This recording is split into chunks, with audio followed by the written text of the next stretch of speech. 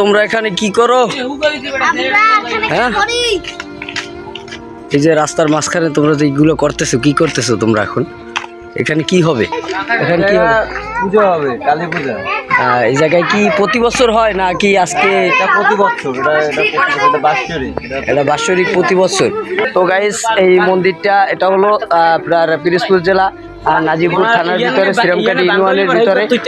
আর এই জায়গাটার ভিতরে আপনারা দেখতে পাচ্ছেন রাস্তার পাশে একটি ছোট মন্দির।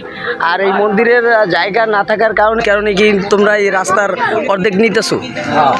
পর্যাপ্ত পরিমাণ জায়গা থাকার কথা, এই জায়গা নাই আর কি। কিন্তু তারা আপনার রাস্তার অর্ধেকাংশ নিয়ে কিন্তু তারা এই কাজটা করতেছে।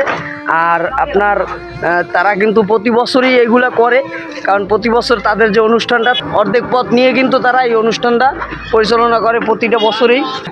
আচ্ছা, তোমাদের অনুষ্ঠানটা কখন শুরু হবে? আজকে থেকেই শুরু হবে, আর হইলো বুধবার সকালে শেষ হবে অনুষ্ঠানটা। তারা রাস্তার অর্ধেকাংশ কিন্তু তারা এই অনুষ্ঠানটা করেন। ও, তাহলে তোমরা এরা প্রতি বছরই করো তোমরা এইগুলা? না, প্রতি বছরই হয় এই জায়গায় অনুষ্ঠানটা। যার কারণে তাদের মন্দিরটা আসলে ছোট, এই কারণে তাদের জায়গা না থাকার কারণে কিন্তু তারা আপনার রাস্তার অর্ধেকাংশ তাদের ব্যবহার করে। তারা তাদের অনুষ্ঠানটা তোমার আজকে সোমবার দিতেছে। দ্বিতীয় একটি অনুষ্ঠান কালকে পর্যন্ত তোমাদের অনুষ্ঠান আছে পুরোপুরি।